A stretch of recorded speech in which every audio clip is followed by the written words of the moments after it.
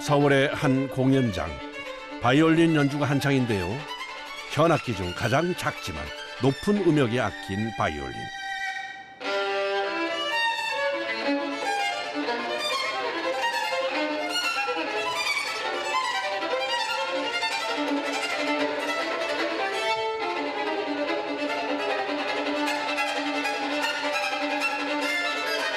바이올린은 감미롭지만 명료한 소리, 강렬한 울림을 주는 최고의 선율 악기로 꼽히는데요.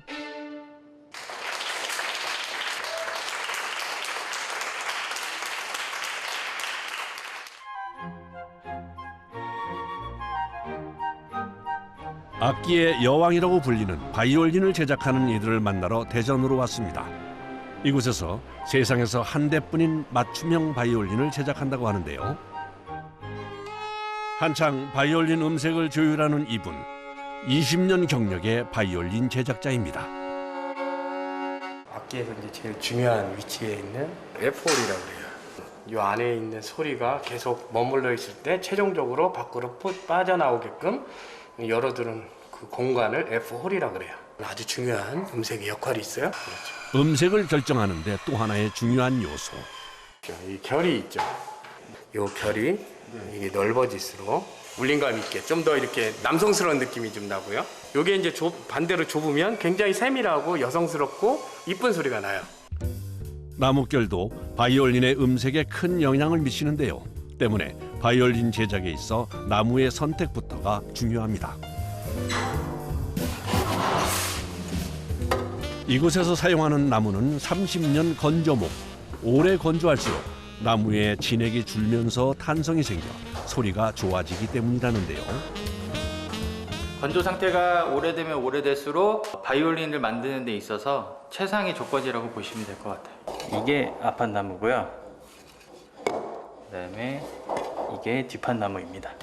앞판나무는 전나무를 사용을 하는데 나무가 약한 대신에 소리의 흡수력이 좋고 울림이 뛰어납니다. 뒷판은 이제 단풍나무를 사용하는데 나무가 단단한 장점이 있고요. 머리, 그다음에 옆판 이렇게 사용을 합니다. 나무의 강도가 높을수록 울림이 클 뿐 아니라 소리의 밸런스도 잘 맞기 때문인데요. 본체의 앞판과 뒷판, 옆판에 사용되는 나무의 종류가 다른 이유기도 합니다. 먼저 뒷판 제작에 들어가는데요. 강도가 강한 나무라 절단을 할 때도 신중을 기합니다.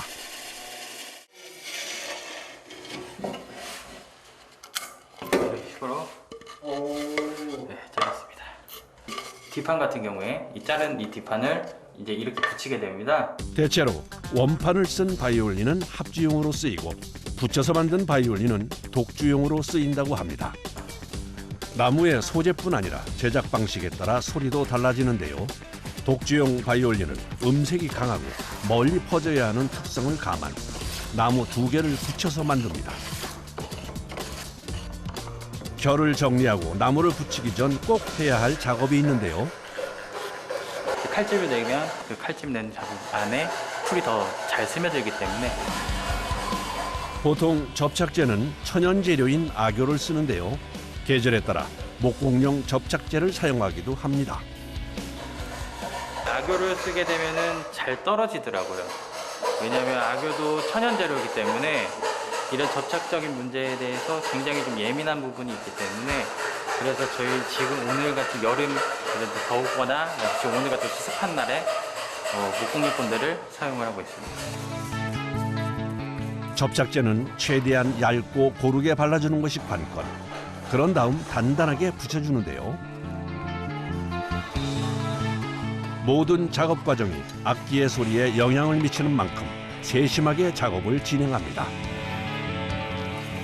하루 정도 충분히 말리고 그 다음에 이제 작업을 진행합니다.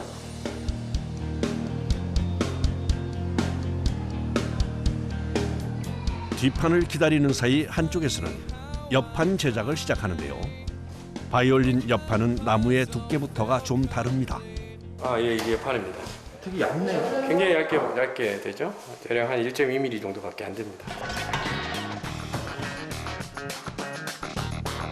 밴딩 머신이라 그래서 옆판을 굽는 기계입니다. 이 모양을 이 커브에 맞게끔 이렇게 이제 구워야 되거든요.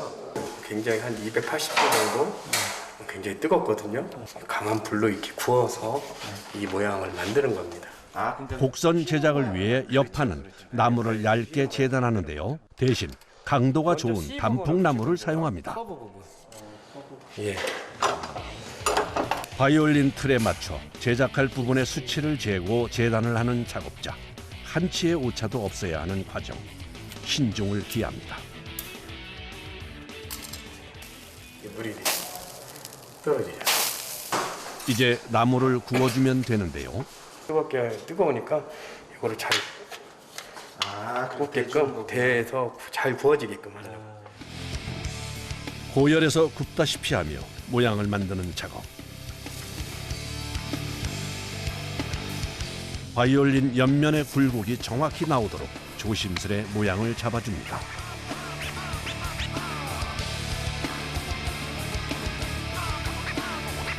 예. 이렇게 들어가는 거죠.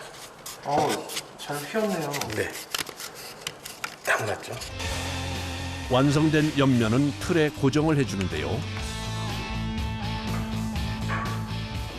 질 잡는다 그러죠. 그러니까 이 상태에서 그냥 바로 붙여버리면 나무가 아까 같이 원 상태로 이렇게 회복되는 그런 부분이 있기 때문에 한 20-30분 두고 이제 붙이를 하죠. 이제 완성되면 이런 식으로 모양이 됩니다. 이 옆판을 먼저 붙이고요. 이렇게 그다음 위에 부분, 그다음에 밑에 부분 이런 식으로 붙입니다. 나무를 재단하고 굽기를 여러 번 반복. 동일한 작업 방식으로 옆판을 완성하기까지 꼬박 하루가 걸립니다. 이제 필요한 거는 이제 겉에 옆판만 필요한 겁니다. 이 안에 알맹이는 이제 빼서 그 필요함을 다하는 거죠. 완성된 옆판은 조심스럽게 분리를 하는데요. 작은 흠이나 미세한 틀어짐에도 소리가 달라질 수 있는 상황. 신중에 신중을 기합니다.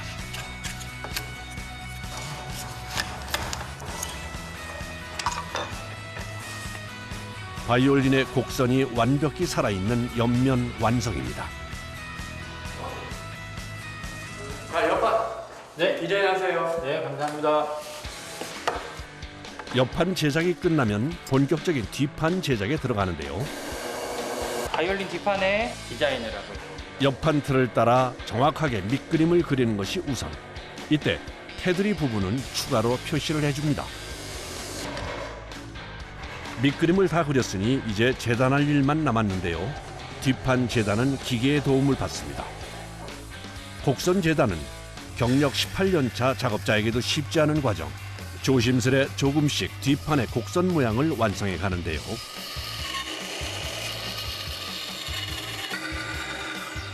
한참 만에 재단이 끝이 났습니다. 두껍잖아요. 이 두께 조정을 하고 그 다음에 이 아칭 모양을 내고 그 다음에 이제 안에 속을 팝니다. 속 파고 나서 다 정리를 해야지 그때 완성이 되는 겁니다. 이제 시작입니다. 지금부터는 모두 작업자의 손으로 해야 하는 수작업입니다. 때문에 뒷판 하나 제작하는데 일주일 이상은 걸린다고 하네요. 이 디테일함이 또 굉장히 좀 좋아야 하거든요. 이거는 우리가 생각하는 몇 센치 몇 센치를 다루는 게 아니라 몇 미리를 다루느냐에 대해서 이 악기를 만들기 때문에 그만큼 저희 같은 경우에는 이제 좀 머리, 그 다음에 신경, 그 다음에 몸, 이 3박자가 모두 다 힘든 게 좀 약간 좀 있습니다. 울림을 담당하는 뒷판 제작의 포인트는 두께 조정. 뒷판의 두께는 앞판보다는 1mm 더 두껍게 제작하는데요. 나무의 성질을 고려해 미세하게 두께를 조정합니다.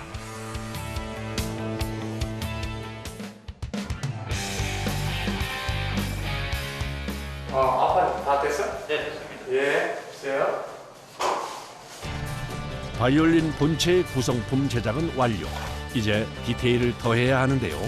그 중에서도 바이올린의 입이라고 불리는 F홀 제작은 특히 신경 써야 할 부분입니다. 안토니오 스트라디바리라는 사람 때문에 이제 이렇게 규격화했으면 좋겠다라고 이제 한 건데 뭐 이게 꼭 정답은 아니에요. 왜냐하면 이제 사람이 체형에 틀리고 연주하는 방식이 다 틀리기 때문에 거기에 맞춰서 치수적인 부분도 어느 정도 여유가 좀 있어야 된다고 봐요, 저는. 바이올린의 음색을 결정한다 해도 과언이 아닌 F홀. 이 부분은 가장 정력이 많은 숙련공이 맡아 하고 있는데요. 먼저 F홀의 시작점인 구멍을 조심스럽게 낸 후 미세한 줄톱을 사용해 모양을 만들어냅니다.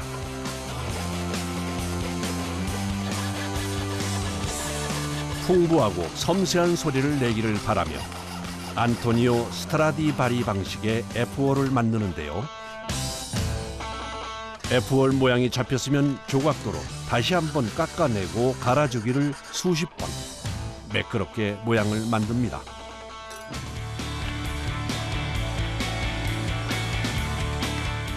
F홀까지 만들면 본체 제작은 완성. 이제 하나로 합쳐주는데요. 접착제를 이용해 붙여줄 때도 나름의 방법이 있습니다. 너무 밀착이 되면 또 나무가 또 깨지는 경우가 있거든요. 그래서 본드에 물을 섞어서 사용합니다. 희석한 접착제를 접합 부위에 골고루 바른 다음 뒷판과 옆판을 붙여줍니다. 클램프라는 고정 틀로 단단히 고정. 그 상태로 30분 정도를 둡니다.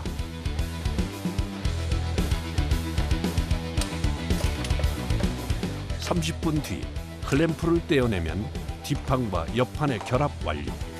이제 앞판만 붙이면 되는데요. 폼 좀 하나 줄래? 이렇게. 이게 있어야지 안 돼. 이건 또 어디에 사용하는 걸까요? 밑에 이제 여기 이제 아칭으로 이렇게 되어 있기 때문에 이 아칭이 여기 안에 이렇게 파요, 폼을. 그래서 최대한 흠집이 적게 나게끔. 작은 변화에도 달라지는 바이올린의 소리 때문에 온 신경을 쏟아야 하는 고된 작업입니다. 대학교 때 제가 비올라를 전공했습니다. 뭐 보시다시피 왼쪽에 화상이 있는데 왼손의 현악기 연주자는 굉장히 중요한 역할을 담당해요. 음도 잡아야 되고 비브라토도 해야 되고. 근데 제가 오른손에 비해 왼손이 한 반마디 정도가 짧습니다. 그래서 연주를 포기하게 됐고 이태리로 우연하게 여행을 갔는데 한 선생님을 만나서 제가 악기 제작이라는 새로운 또 부분에 접할 수 있게끔 또 기회를 보게 됐죠. 이후 무대에서 내려와 20년 동안 제작에만 매달리고 있습니다.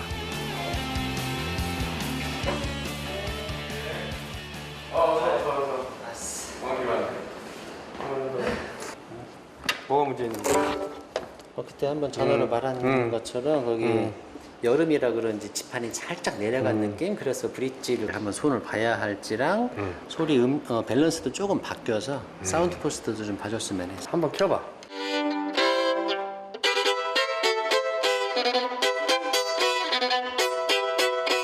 하이 포지션으로 올라가면서 옆줄이 좀 소리가 좀 너무 쉽게 나는 느낌? 그러면은 지금 브릿지 갈아야 될 것 같으니까 수리할게요.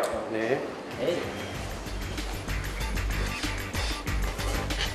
연주자에 맞춰서 제작을 하는 만큼 수리도 연주자에 맞춰 원하는 소리가 나게끔 해주는데요.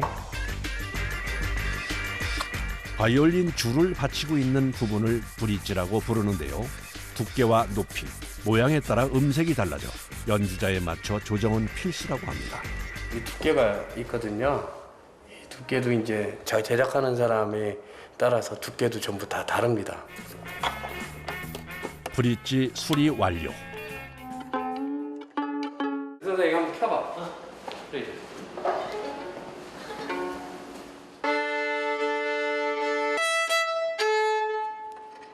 어느 정도 수리가 되면 연주자의 연주를 들으며 미세하게 손을 봐주는데요.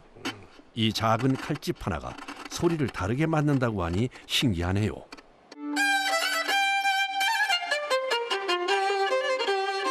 아, 정말 뭔가 소리가 좀 더 명확해진 것 같은데요. 어때? 마음에 들어. 뭐 이 정도로 지금 밸런스가 밸런스가 맞으면- 너무 잘 맞아. 네. 야, 내가 고맙고. 고생했어. 오케이. 오케이. 다음에 또 올게. 어이. 수백만 원에서 수백억 원대를 호가하는 바이올린. 이곳의 악기들은 얼마나 할지 궁금하네요. 제일 비싼 거는 저희가 이제 소장하고 있는 8억짜리 로렌조 스토리온이라는 이태리 악기인데요. 1790년대 악기입니다. 바이올린 제작자로 유명한 로렌조 스토리오니가 만든 230년 전의 바이올린인데요. 바이올린은 어떤 제작자가 언제 만들었는지에 따라 가격도 천차만별, 오래될수록 고가인 경우가 많습니다. 2주가 넘는 시간이 걸려 바이올린의 몸통 완성. 이제 스크롤이라고 불리는 머리 부분 제작에 들어가는데요. 스크롤을 붙이기 위해서는 특히 접합 부분에 신경을 써야 합니다. 이 머리하고 그다음에 이 몸통이 줄을 연결이 되어 있잖아요. 근데 이 줄의 장력이 굉장히 세요. 그래서 일반적으로 그냥 붙이게 되면 떨어지게 됩니다. 그렇기 때문에 이걸 좀 파서 안쪽에다 꽉 집어 넣은 다음에 그래야지 이제 이 줄의 장력도 버티고. 스크롤 크기에 한치의 오차도 없이 들어맞아야 하는 작업. 치수가 다 있는데 여기에 높이가 일단은 21mm 정도 나와야 하고요. 130 정도가 나와야 되고요. 근데 이 치수가 이제 이태리 그 스트라디바리 치수이기 때문에 이거는 뭐 어딜 가든 거의 뭐 똑같다고 보시면 될 것 같습니다. 만약에 이 치수가 조금이라도 어긋나면 연주자한테 이제 연주하기가 굉장히 좀 불편할 수가 있죠. 때문에 악기 제작은 섬세함의 예술이라고도 불립니다. 이것도 이제 하루를 말리고 그 다음 이제 작업을 진행하게 되겠죠. 고가의 악기인 만큼 건조 과정도 특별한데요. 직접 제작한 건조실에 UV선을 이용해 악기를 말리고 있는데요. 내부 온도는 30도, 습도는 40% 정도를 유지한다고 합니다. 이 상태로 무려 1년간 건조를 합니다. 1년 정도 지나면 나무 색이 이제 이런 식으로 누렇게 이런 식으로 이제 변하게 됩니다. 1년이라는 긴 시간 동안 건조 후에야 나무의 수분과 탄성이 좋아져 다음 작업을 하기에도 적합해집니다. 건조된 바이올린은 보호를 위한 바니쉬 작업을 해주는데요. 재료의 배합 비율은 제작자만의 노하우라고 합니다. 한 30여 가지의 천연 레진을 녹여서 만든 천연 도료입니다. 배합은 이제 각 제작가들마다 비밀인데 노하우가 있으시겠죠. 레시피에 따라서 악기의 소리라든지 상품성이라든지 탄력성이 완전히 달라집니다. 특히 칠 부분의 제조 특허까지 가지고 있다는데요. 칠은 재료뿐 아니라 방식도 중요한데요. 나뭇결에 따라 칠해줘야 안정적인 소리를 낼 수 있다고 합니다. 하루에 한 번 20회 이상씩 칠을 해주는데 매일 얇게 덧칠하고 말려주기를 반복. 20일 정도면 완성됩니다. 사용하는 재료에 따라 바이올린 표면의 재질과 색상은 천차만별. 색감의 표현 역시 제작자의 몫인데요.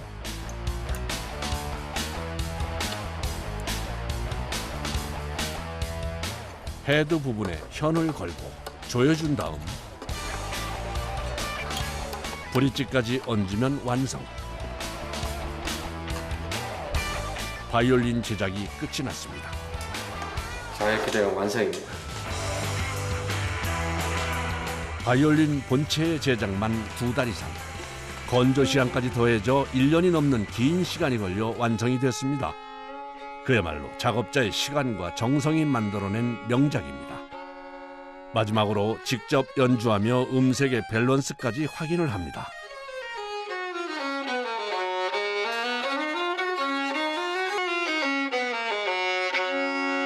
예, 전체적으로 잘 만족합니다. 잘 밸런스도 잘 맞고요.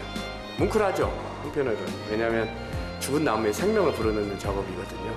아득하게 보잘것없는 나무 토막에 우리가 깎고 다듬어서 또 연주자를 통해서, 관객을 통해서 서로 음악을 통한 소통을 할 수 있는 도구로 사용될 수 있는 게 굉장히 큰 보람이 있으면서 또 굉장히 감동이 있는 뭉클함이 있습니다.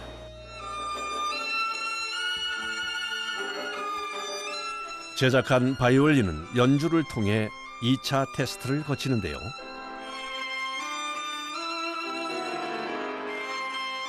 연주자가 다양한 테크닉을 쓰는데 불편함은 없는지, 생각했던 음색이 나는지 확인을 하는 것입니다.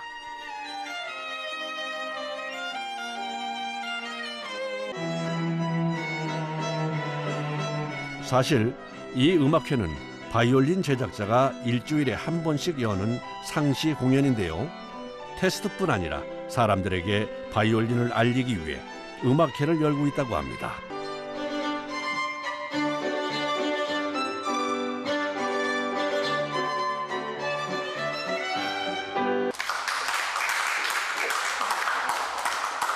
특히나 새 악기 중에서 특히 바이올린이 그 치고 올라가는 소리가 귀에 쏙쏙 박히고 계속 오늘 밤에 잘 때도 생각이 날 것 같아요. 단순히 좋은 악기뿐만 아니라 관객과 그리고 연주자가 같이 소통할 수 있는 그런 바이올린이 정말로 최고의 명작이지 않을까 싶습니다.